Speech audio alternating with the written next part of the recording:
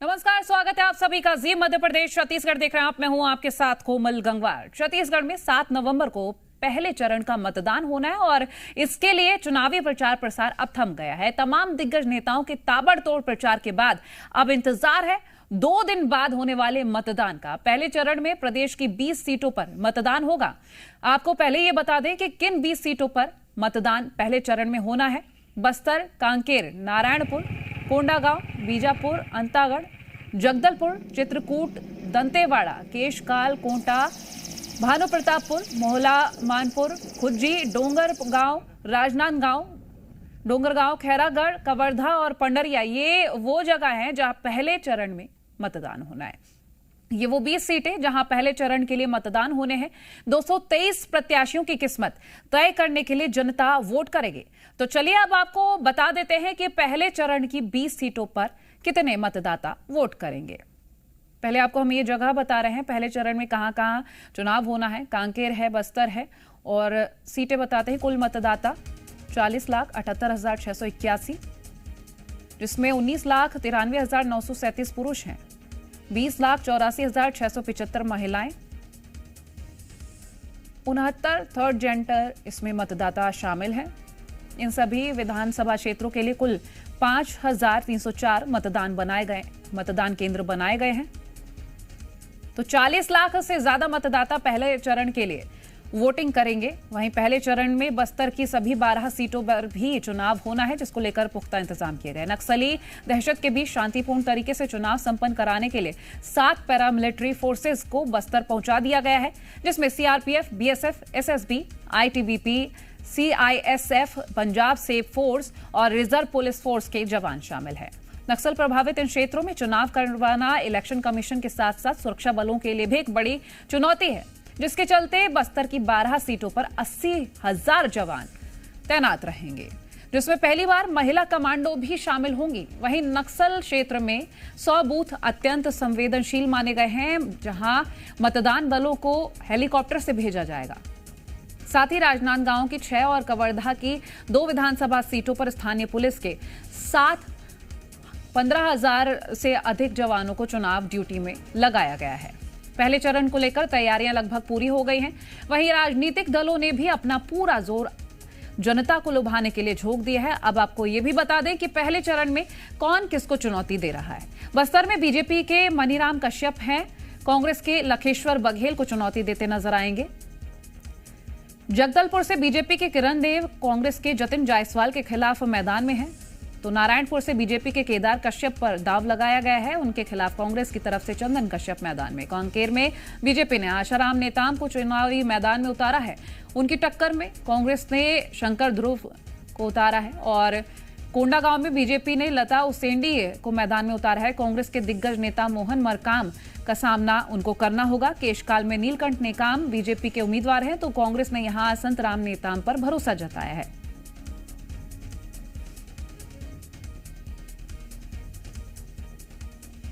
कोंडागांव से हमारी सहयोगी तृप्ति और जगदलपुर से सत्य प्रकाश हमारे साथ जुड़ गए हैं। पहले हम तृप्ति के पास चलेंगे। तृप्ति, देखिए माहौल काफी गर्मा गर्म नजर आ रहा है। 7 तारीख को पहले चरण का मतदान हो रहा है और ऐसे में अब प्रचार पहले चरण के लिए थम गया है। कैसी तस्वीरें? देखिए, प्रचार थमने के पहले की तस्वीरें तो हमने दिखाई कोमल की कैसे जोर शोर से पूरे बस्तर में खूब प्रचार हुआ है। बड़े नेता, दिग्गज नेता भी यहां पर आए और जोर आजमाइश हुई, एक दूसरे पर आरोप प्रत्यारोप भी लगे, चुनाव के लिए वादे भी किए गए और दावे भी जीत के हुए। लेकिन अब प्रचार थम चुका है और प्रचार थमने के बाद में सबसे बड़ी चुनौती है बस्तर में चुनाव करवाना, जो हर बार होती है। इस बार 223 उम्मीदवार 20 विधानसभा सीटों पर उतरे हैं। 223 उम्मीदवार कुल चुनावी जंग में हैं। लेकिन बात अगर बस्तर की जाए तो मेरे साथ में चंपेश है, हमारे सहयोगी कोंडागांव से। उनसे समझते हैं कि बस्तर में कितनी बड़ी चुनौती होती है और इस बार क्या तैयारियां हैं मतदान को लेकर। चंपेश, देखिए तृप्ति, मतदान को लेकर जिला निर्वाचन आयोग हो या राज्य निर्वाचन आयोग हो, बस्तर को लेके काफी अहम माना जाता रहा है कि बस्तर की जो सीटें हैं वो नक्सल प्रभावित इलाकों में अधिकतर मतदान केंद्र हैं। इनमें से अगर हम बात करते हैं तो अति नक्सल प्रभावित क्षेत्र हैं जिन्हें वहां पे सुरक्षा के चाक चौबंद व्यवस्था किए गए हैं, क्योंकि अमूमन देखने को मिला है जब भी चुनाव आते हैं तो नक्सली अपनी उपस्थिति दर्ज करवा देते हैं। तो आज जैसा कि चुनाव प्रचार थम गया है तो अब सवाल उठता है कि कितने शांतिपूर्ण ढंग से प्रशासन चुनाव को पूर्ण कर पाता है, क्योंकि बस्तर एक ऐसा जगह है कि जहां सारी जगहों का नजर यहां पे बस्तर पे लगा हुआ रहता है। सभी की नजरें बस्तर में टिकी हुई रहती हैं कि बस्तर में अगर शांतिपूर्ण चुनाव मतदान संपन्न करा लिया गया तो एक बड़ी उपलब्धि माना जाता रहा है, क्योंकि बीते कुछ दिनों में हमने देखा भी है कि नक्सली अपनी उपस्थिति दर्ज करवा चुके हैं। हाल ही में एक बीजेपी के राजनीतिक पार्टी के नेता को भी कल गोली मारकर उनकी हत्या कर दी गई थी। तो ऐसे में चुनौतियां पुलिस प्रशासन पर भी बढ़ गई हैं। उन इलाकों में चाक चौबंद व्यवस्था कर दी गई है जहां पे मतदान दलों को रवाना किया जा रहा है, उनके साथ पूरी फोर्स भेजी जा रही है। उनको पहले से एहतियातन उनको ये बताया जा रहा है कि किस तरह किस रास्ते से आपको गुजरना है। और मतदान दल जो है वो अति संवेदनशील इलाकों में चॉपर से भी उतर रहे हैं, हेलीकॉप्टर की व्यवस्था होती है। बिल्कुल, उन इलाकों में हेलीकॉप्टर की व्यवस्था करनी पड़ती है क्योंकि जगह जगह पर नक्सली आईडी प्लांट कर चुके हुए होते हैं। तो कई बार ऐसी स्थितियां बस्तर में देखने को मिली है, जब आईडी की चपेट में आते हैं तो मतदान दलों को भी नुकसान होता है, इसमें जवानों को टारगेट किया जाता है। तो यही वजह है कि चुनाव निर्वाचन आयोग जो है वो हेलीकॉप्टर का इस्तेमाल करता है। उन अति संवेदनशील मतदान केंद्रों के लिए हेलीकॉप्टर रवाना किया जाता है जहां पे एक दिन पूर्व ही मतदान दलों को छोड़ दिया जाता है। इनके साथ फोर्स भी लगी हुई रहती है ताकि किसी अप्रिय घटना से बचा जा सके। और जब उनको लाया भी जाता है तो हेलीकॉप्टर के माध्यम से ही तृप्ति यहां तक लाया जाता है वापस। अच्छा, इस बार कोमल ये भी बेहद खास है कि नए मतदान केंद्र खुले हैं। निर्वाचन आयोग ने भी बताया था कि बहुत से संवेदनशील इलाके जहां लोग बड़े दूर दूर से मतदान करने आते थे, ऐसी जगहों पर इस बार खुशखबरी है। बिल्कुल, ये बड़ी बात है। अगर अति संवेदनशील जहां पे मतदान के लिए लोग 15 से 20 किलोमीटर तक पैदल जाकर मतदान करते रहे हैं, अब उन्हें ये सुकून मिल रहा है कि वो गांव में ही अपना मतदान कर पाएंगे।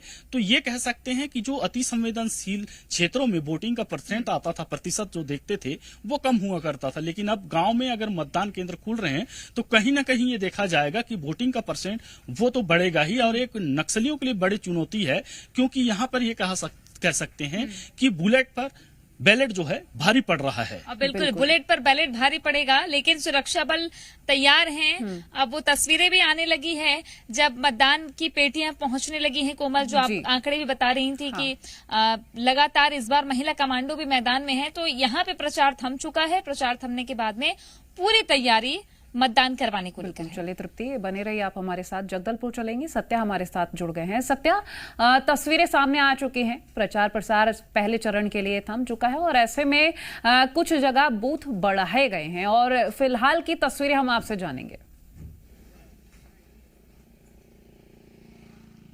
देखिए कोमल, अब प्रत्याशियों के लिए कयामत की रात शुरू हो जाएगी, आज भी और कल भी। ये हम इसलिए कह रहे हैं क्योंकि अब कोई बड़ा नेता और स्टार प्रचारक उनके लिए वोट मांगने नहीं आएगा, अब सभा करने नहीं आएगा, अब रैली करने नहीं आएगा। अब रात भर दिन भर उनको खुद ही घूमना पड़ेगा, डोर टू डोर जाना पड़ेगा, अपना चुनावी कैंपेन करना पड़ेगा। मतलब कि अब सिर्फ और सिर्फ चुनावी कैंपेन जो है वो डोर टू डोर प्रचार के जरिए की जा सकती है। चुनाव प्रचार थम गया है। दूसरी तरफ जहां तक बस्तर की बात है, और बस्तर में पिछले कुछ दिनों से मैं हूं और कई गांवों में भी मैं गया हूं, शहरी इलाकों में भी गया हूं, लोगों में अवेयरनेस आया है, इसमें कोई दो राय नहीं। मतलब साफ है कि कई सारे बूथों पे जो हम देखा करते थे कि शाम को अगर 5 बजे तक मतदान होना है तो रात में 8-8 बजे तक मतदान होता था। तो इस बार भी वैसी तस्वीरें देखने को मिलेगी या उससे और बेहतर तस्वीरें लोकतंत्र के इस पर्व में देखने को मिल सकती है। हाँ, ये ज़रूर है कि चुनौतियाँ कई सारी होंगी प्रत्याशियों के लिए भी और मतदाताओं के लिए भी, खासतौर पे जो नए जिन गाँव में पहले वोट नहीं होते थे, नक्सल प्रभावित गाँव में, वहाँ जब वोटर जाएंगे। तो अनूप हमारे साथ हैं, हमारे जगदलपुर के सहयोगी हैं। अनूप, प्रत्याशियों के लिए क्या चुनौती होने वाली है? क्योंकि अब तो पूरा कमर कस लेना पड़ेगा, डोर टू डोर जाना ही पड़ेगा, विकल्प तो है नहीं। तो नक्सल क्षेत्रों में प्रत्याशियों के लिए क्या चुनौती? बिल्कुल, बेहद कम समय बचा हुआ है। और चाहे हम बस्तर जिले की बात करें, जगदलपुर, चित्रकूट या नारायणपुर का जो हिस्सा है वो सब संवेदनशील है। और जो बड़े नेता हैं या जो प्रत्याशी हैं कहे जाए, वो अब स्थानीय स्तर के जो छोटे नेता होते हैं उन पर निर्भर हैं। यानी कि वही अब जो स्थानीय लोग होंगे, मतलब बहुत दूर दूरस्थ गांव में अगर जाना हो तो आप नहीं जा पाएंगे हो, जी बिल्कुल बिल्कुल आसानी से नहीं पहुंच पाएंगे। और जो स्थानीय लोग होंगे, कार्यकर्ता या बड़े नेता, छोटे नेता जिन्हें कहा जाता है, वही पहुंच पाएंगे। और चैलेंज जैसा हम चुनौती देख रहे हैं, कल की जो खबर आई और पिछले 1 साल से भी हमने देखा, टारगेट किलिंग शब्द अभी कहना उचित होगा नहीं होगा ये बात दूसरी है, लेकिन कई हत्याएं हुई, कई हत्याएं हुई होती है नक्सल प्रभावित। हाँ जी जी, और दोनों ही राजनीतिक पार्टी के या कहें सीपीआई, कांग्रेस, भाजपा, सबके कार्यकर्ता नक्सलियों के निशाने पर रहते हैं। तो ऐसे में वहां तक थोड़ा सा खौफ। अच्छा, एक और सवाल का जवाब दे दीजिए कि कितने सुरक्षा बल के जवान तैनात हुए हैं और क्या कुछ सुरक्षा बंदोबस्त? बस्तर में देखिए, पूरे संभाग की बात की जाए तो बीएसएफ, सीआरपीएफ, केंद्रीय सुरक्षा बल जो है या स्थानीय है, डीआरजी के जवान हैं, एसटीएफ के जवान हैं, तकरीबन 1 लाख से अधिक जवान जो हैं वो पूरे बस्तर संभाग में तैनात हैं इस वक्त। तो देखिए, लगभग 1 लाख जवानों की निगरानी है जो अनूप बता रहे थे। लेकिन हाँ, वही मैं बताया ना कि डोर टू डोर कैंपेन भी नक्सली इलाकों में जाके बड़ा मुश्किल हो जाएगा। हालांकि ये जरूर है कि रात रात तक कोशिशें कर रहे हैं प्रत्याशी की वो जाएं लोगों तक और उनसे बातचीत करें और अपने पक्ष में चुनाव में वोटिंग जब हो, जिस दिन 7 नवंबर को होना है वोटिंग पहले चरण में, तो मतदान की अपील भी कर रहे हैं। लेकिन वही है कि लोकतंत्र का सबसे बड़ा पर्व है और जी मध्य प्रदेश छत्तीसगढ़ भी लगातार मतदान की अपील लोगों से कर रहा है कि लोकतंत्र के पर्व में भागीदार बने। चुनौतियां कई है, दबाव भी कई आएंगे, लेकिन निकलिए घरों से, मतदान करिए। ये जब मजबूती से अपना वोट देंगे। सत्या और तृप्ति, बहुत शुक्रिया ये जानकारी हमसे साझा करने के लिए। तो देखिए, 7 तारीख को 20 सीटों के लिए मतदान होना है और ऐसे में कई अति संवेदनशील जगह है जहां के लिए पुख्ता इंतजाम किए गए हैं और 20 सीटों पर ये जो पहले चरण का रण है काफी मुश्किल भरा है, लेकिन इसको आसान करने के लिए प्रशासन और चुनाव आयोग ने पूरी तैयारी की है और वो तमाम पल पल की अपडेट्स हम आप तक पहुंचा रहे हैं। लेकिन फिलहाल आग्रह सभी से यह है कि पहले चरण के लिए अपने मत अधिकार का उपयोग जरूर करें, घरों से निकलें और वोट करें, क्योंकि देखिए आपके क्या उम्मीदें हैं, उन उम्मीदों के अनुसार आप अपने मत अधिकार का उपयोग करें। और इसी के साथ 7 तारीख को जब पहले चरण का मतदान होगा, उसको लेकर पूरी तैयारियां जो की गई है वो हम आप तक पहुंचा ही रहे हैं।